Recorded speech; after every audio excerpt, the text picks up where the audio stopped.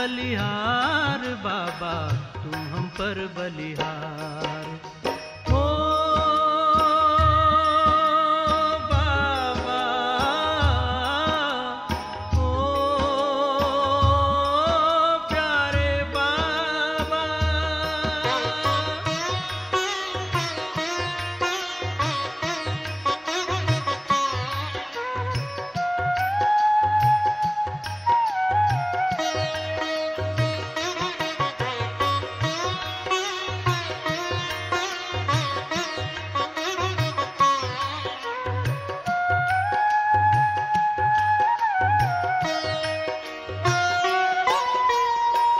तेरा एहसान बाबा चुकाने लिए, तेरा एहसान बाबा चुकाने लिए, मेरा हर जन्म हो तुम्हारे लिए, मेरा हर जन्म हो तुम्हारे लिए। फिर भी चुका न पाएंगे,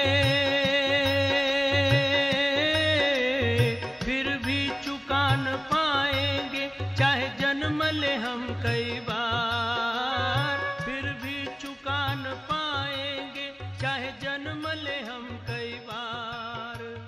हो बाबा, हो प्यारे बाबा।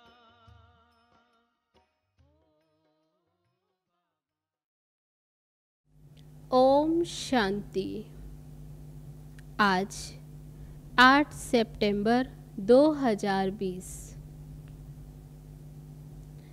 बाबा कहते, मीठे बच्चे, अपनी दिल पर हाथ रखकर पूछो कि बाबा जो सुनाते क्या हम सब पहले जानते थे?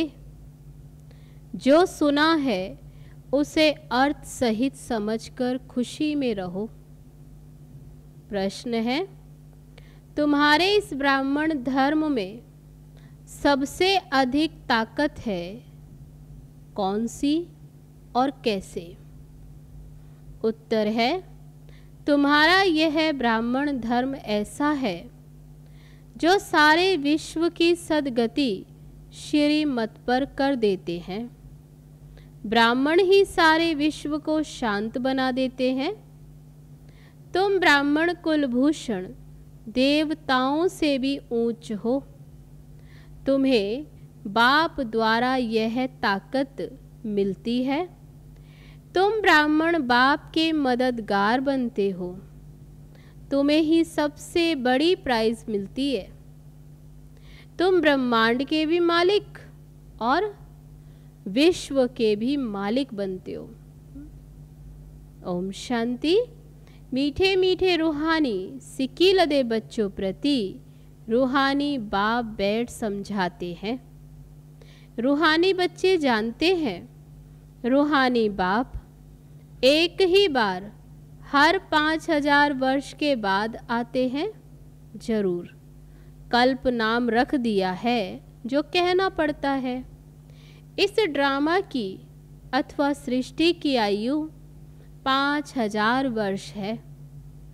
ये बातें एक ही बाप बैठ समझाते हैं। ये कभी भी कोई मनुष्य के मुख से नहीं सुन सकते। तुम रूहानी बच्चे बैठे हो, तुम जानते हो बरोबर हम सभी आत्माओं का बाप वह एक है। बाप ही बच्चों को बैठ अपना परिचय देते हैं जो कोई भी मनुष्य मात्र नहीं जानते। कोई को पता नहीं गॉड व ईश्वर क्या वस्तु है, जबकि उनको गॉड फादर कहते हैं तो बहुत प्यार होना चाहिए।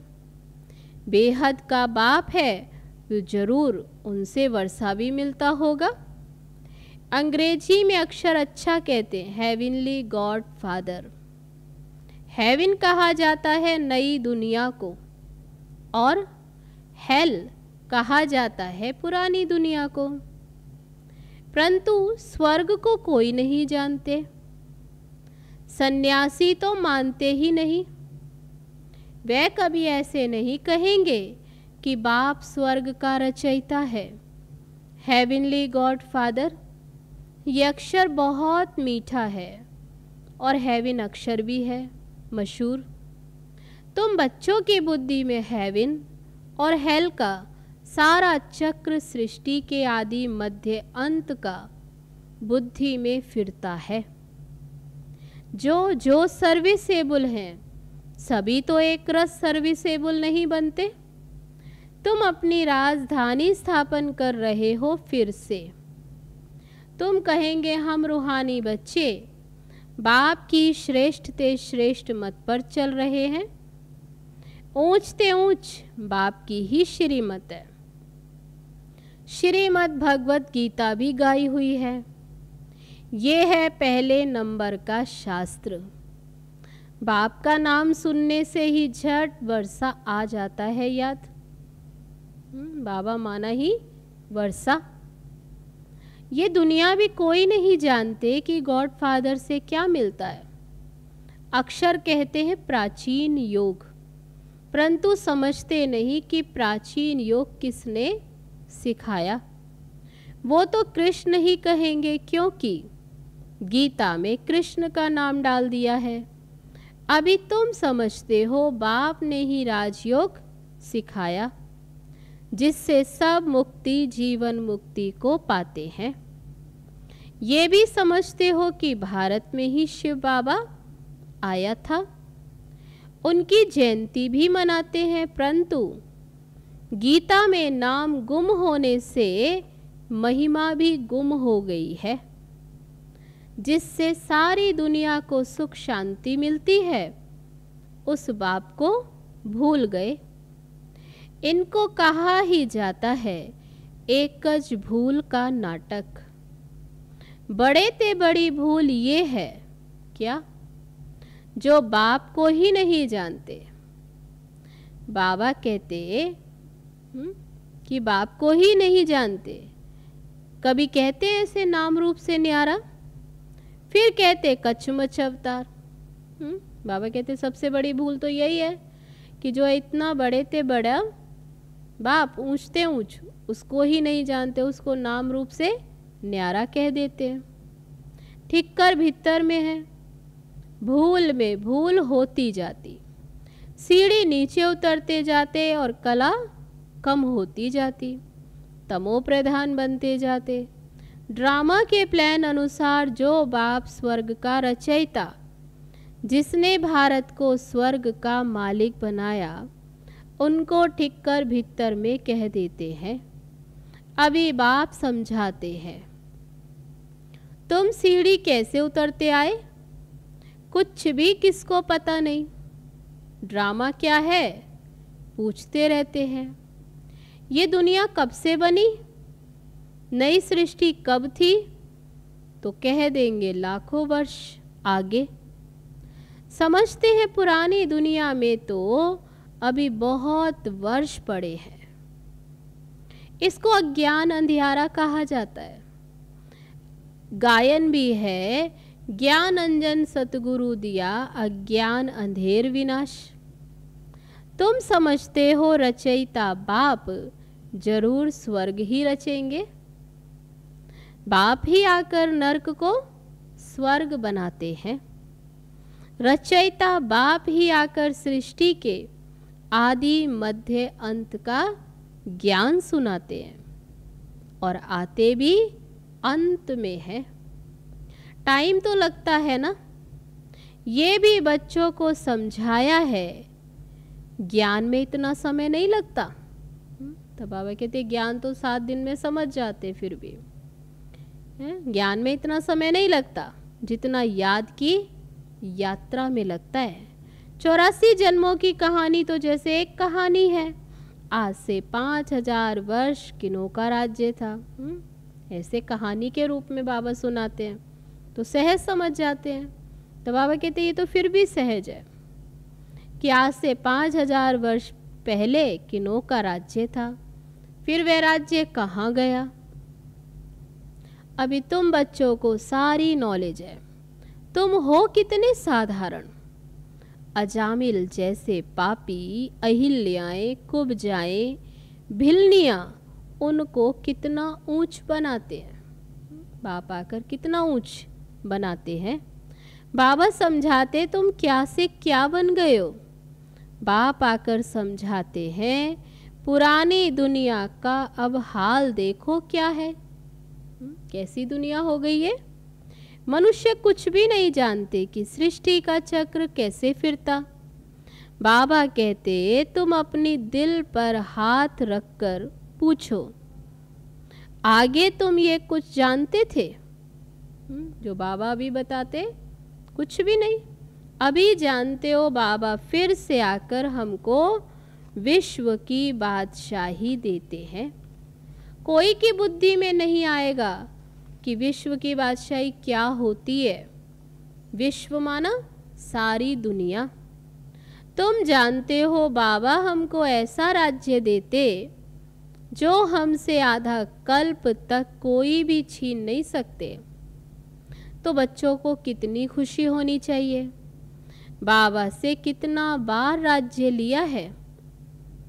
बाप सत्य है, सत्य शिक्षक भी है, सतगुरु भी है। कब सुना ही नहीं। अर्थ सहित तुम समझते हो। तुम बच्चे हो, बाप को तो याद कर सकते हो। आजकल छोटेपन में ही गुरु करते हैं। गुरु का चित्र बनाए भी गले में डालते हैं व घर में रखते हैं। यहाँ तो वंडर है कि बाप, शिक्षक, सतगुरु सब एक ही है। बाबा कहते मैं साथ में ले जाता हूँ। मैं तो आया ही हूँ तुम्हें साथ ले चलने। तुमसे पूछेंगे क्या पढ़ते हैं, बोलो हम नई दुनिया में राजाई प्राप्त करने के लिए राजयोग पढ़ते हैं। ये है ही राजयोग। जैसे बैरिस्टर योग है तो जरूर बुद्धि का योग बैरिस्टर तरफ जाएगा। टीचर को जरूर याद तो करेंगे ना, इनसे हम बैरिस्ट्री पढ़ते। तुम कहेंगे हम स्वर्ग की राजाई प्राप्त करने के लिए पढ़ते हैं। अच्छा, कौन पढ़ाते? शिव बाबा, भगवान। उनका नाम तो एक ही है जो चला आता है। रथ का नाम तो है नहीं, मेरा नाम तो है ही शिव। बाप शिव, रथ ब्रह्मा कहेंगे। अभी तुम जानते हो ये कितना वंडरफुल है। शरीर तो एक ही है। उनको भाग्यशाली रथ क्यों कहते हैं? क्योंकि शिव बाबा की प्रवेशता है तो जरूर दो आत्माएं ठहरी, बाप दादा। ये भी तुम जानते हो और किसको ये ख्याल में भी नहीं आता। अब दिखाते हैं भागीरथ ने गंगा लाई, क्या पानी लाया? अभी तुम प्रैक्टिकल देखते हो, क्या लाया, किसने लाया? तो बाबा कहते हैं अभी तुम जानते हो किसने प्रवेश किया? शिव बाबा ने। बाप ने क्या किया? मनुष्य में पानी थोड़े प्रवेश करेगा। तो ये ज्ञान की गंगा, जटाओं से पानी थोड़े ही आएगा। इन बातों पर मनुष्य कभी ख्याल भी नहीं करते। कहा भी जाता रिलीजन इज माइट, रिलीजन में ताकत है। बताओ सबसे जास्ती किस रिलीजन में ताकत है? तो कहा ब्राह्मण रिलीजन में। हाँ, ये ठीक है, जो कुछ ताकत है ब्राह्मण धर्म में ही है, और कोई रिलीजन में कोई ताकत नहीं। तुम अभी ब्राह्मण हो। ब्राह्मणों को ताकत मिलती है शिव बाबा से, जो फिर तुम विश्व के मालिक बनते हो। तुम्हारे में कितनी बड़ी ताकत है। तुम कहेंगे हम ब्राह्मण धर्म के हैं, किसकी बुद्धि में नहीं बैठेगा। विराट रूप भल बनाया है परंतु वह भी आधा है। मुख्य रचता और उनकी पहली रचना को नहीं जानते। बाप है रचता, फिर ब्राह्मण है चोटी। इसमें ताकत है। बाप को सिर्फ याद करने से ताकत मिलती है। बच्चे तो जरूर नंबर वार ही बनेंगे ना। तुम इस दुनिया में सर्वोत्तम ब्राह्मण कुलभूषण हो, देवताओं से भी ऊंच। तुमको अभी ताकत मिलती है। सबसे जास्ती ताकत है ब्राह्मण धर्म में। ब्राह्मण क्या करते? सारे विश्व को शांत बना देते। तुम्हारा धर्म ऐसा है जो सर्व की सद्गति करते हैं श्रीमत द्वारा। तब बाबा कहते हैं तुमको अपने से भी ऊंच बनाता हूं। तुम ब्रह्मांड के भी मालिक और विश्व के भी मालिक बनते हो। सारे विश्व पर तुम राजाई करेंगे। अभी गाते हैं ना, हमारा भारत देश है। कभी महिमा के गीत गाते, कभी फिर कहते भारत की क्या हालत। जानते नहीं भारत कितना ऊंच था। मनुष्य तो समझते स्वर्ग अथवा नरक यहाँ है। जिसको धन मोटर आदि है वह स्वर्ग में है, ऐसा समझते। ये नहीं समझते स्वर्ग कहा ही जाता है नई दुनिया को। यहाँ सब कुछ सीखना है। साइंस का हुनर भी फिर वहाँ काम में आता है। ये साइंस भी वहाँ सुख देती है। यहाँ तो इन सब से है अल्पकाल का सुख। तो बाबा कहते यहाँ जो भी साधन, इनसे अल्पकाल का सुख। वहाँ तुम बच्चों के लिए स्थायी सुख हो जाएगा। यहाँ सब सीखना है जो फिर संस्कार लेकर जाएंगे। कोई नई आत्माएं नहीं आएंगी जो सीखेंगी। यहाँ के बच्चे ही साइंस सीख कर वहाँ चलते हैं, बहुत होशियार हो जाएंगे। सब संस्कार लेकर जाएंगे, फिर वहाँ ये काम में आएंगे। अभी ये अल्पकाल का सुख, फिर ये बॉम्ब आदि ही सबको खलास कर देंगे। मौत के बिगड़ शांति का राज्य कैसे हो? यहाँ तो अशांति का राज्य है। ये भी तुम्हारे में नंबर वार है जो समझते हैं हम पहले पहले अपने घर जाएंगे और फिर सुख धाम में आएंगे। सुख में बाप तो आते ही नहीं। बाबा कहते मुझे भी वानप्रस्थ रथ चाहिए ना, मैं आता ही हूँ वृद्ध तन में। भक्ति मार्ग में भी सबकी कामनाएं पूरी करता आया हूँ। संदेशियों को भी दिखाया कैसे भक्त लोग तपस्या पूजा आदि करते हैं। देवियों को सजाते हैं, पूजा आदि कर और फिर समुद्र में डुबो देते। कितना खर्चा होता? पूछो ये कब से शुरू होता?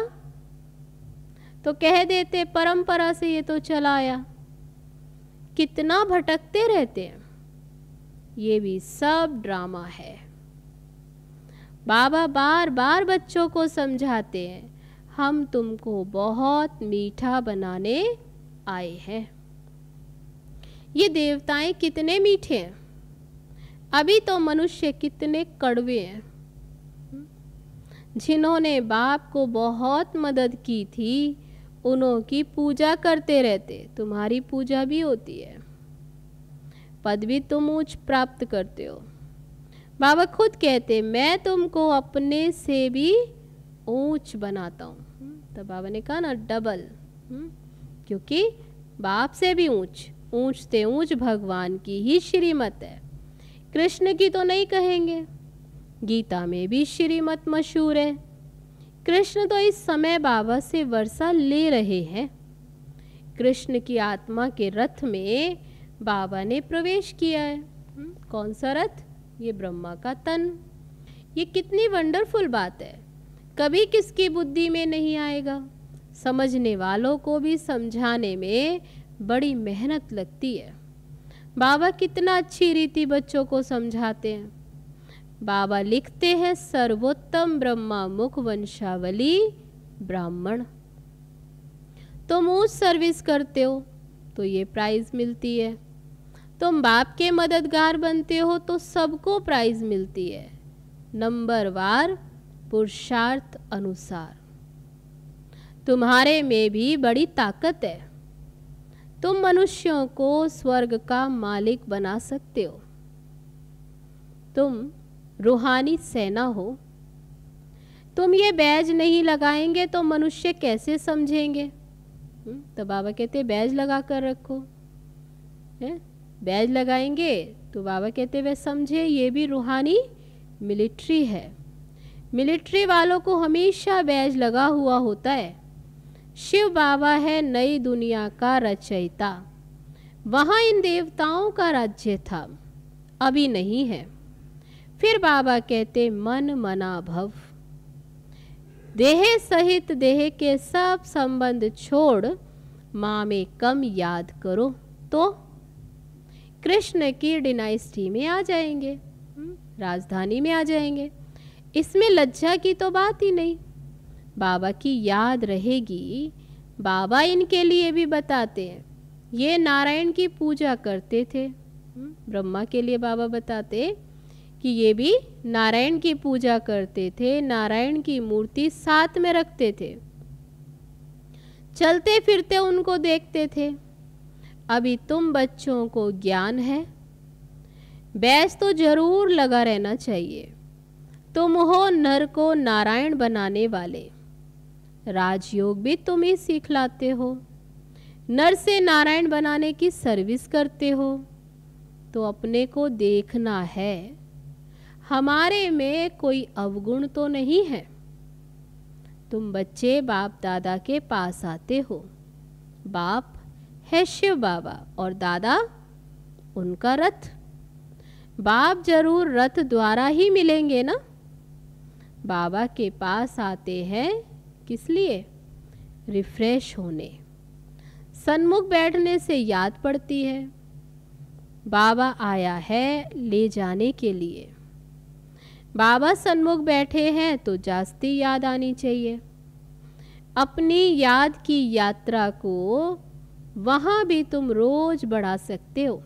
बाबा कहते यहाँ मधुबन में आते हो, सन्मुख बैठते हो तो जास्ती याद आती है। लेकिन इसके साथ साथ बाबा कहते जहाँ भी रहते हो वहाँ भी बैठ तुम्हें याद की यात्रा में रहना है। वहाँ भी रहते तुम्हें अपनी याद की यात्रा को रोज बढ़ाना है। अच्छा, मीठे मीठे सिकिलदे बच्चों प्रति माता पिता बाप दादा का याद प्यार और गुड मॉर्निंग। रूहानी बाप की रूहानी बच्चों को नमस्ते। हम रूहानी बच्चों की रूहानी बाप दादा को नमस्ते नमस्ते। ओम शांति। अब है धारणा के लिए मुख्य सार। पहली पॉइंट, अपने को देखना है कि हमारे में कोई अवगुण तो नहीं है। जैसे देवताएं मीठे हैं ऐसा मीठा बना हूं। दूसरी पॉइंट, बाप की श्रेष्ठ ते श्रेष्ठ मत पर चल अपनी राजधानी स्थापन करनी है। सर्विसेबल बनने के लिए सृष्टि के आदि मध्य अंत का, हेवन और हेल का ज्ञान बुद्धि में फिराना है। अब है आज का वरदान। श्रेष्ठ भावना के आधार से सर्व को शांति शक्ति की किरणें देने वाले विश्व कल्याणकारी भव। जैसे बाप के संकल्प व बोल में, नैनों में सदा ही कल्याण की भावना व कामना है, ऐसे आप बच्चों के संकल्प में विश्व कल्याण की भावना व कामना भरी हुई हो। कोई भी कार्य करते विश्व की सर्व आत्माएं इमर्ज हों। मास्टर ज्ञान सूर्य बन शुभ भावना व श्रेष्ठ कामना के आधार से शांति व शक्ति की किरणें देते रहो, तब कहेंगे विश्व कल्याणकारी। लेकिन इसके लिए सर्व बंधनों से मुक्त स्वतंत्र बनो। तो आज का वरदान, श्रेष्ठ भावना के आधार से सर्व को शांति शक्ति की किरणें देने वाले विश्व कल्याणकारी भव। अब है आज का स्लोगन, मैंपन और मेरापन यही देह अभिमान का दरवाजा है। अब इस दरवाजे को बंद करो। मैंपन और मेरापन यही देह अभिमान का दरवाजा है। अब इस दरवाजे को बंद करो। अच्छा, तो ये थे बाबा के आज के महावाक्य। चलो अभी चलते हैं बाबा की याद में। ओम शांति।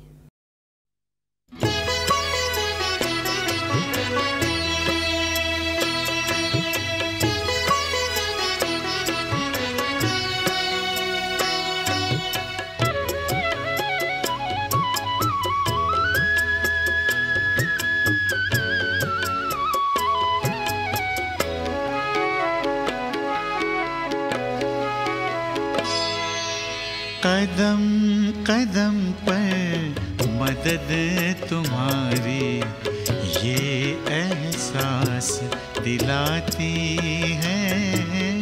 कदम कदम पर मदद तुम्हारी ये एहसास दिलाती है।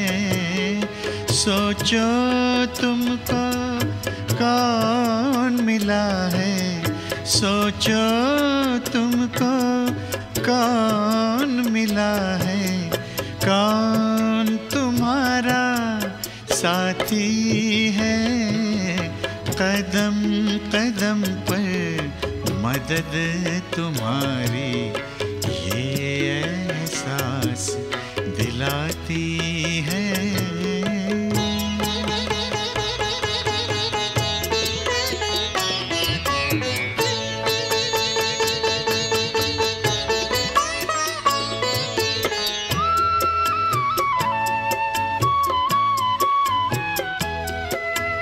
पल भर जब भी होते अकेले पास मेरे आ जाते हो। पल भर जब भी होते अकेले पास मेरे आ जाते हो। धीमे धीमे कानों में अनहद नाद सुनाते हो। एक किरण अनदेखी आती, एक किरण अनदेखी आती, राह दिखाकर जाती है। भरते हुए ना किसी ने देखा पर झोली भर जाती है। कदम कदम पर मदद तुम्हारी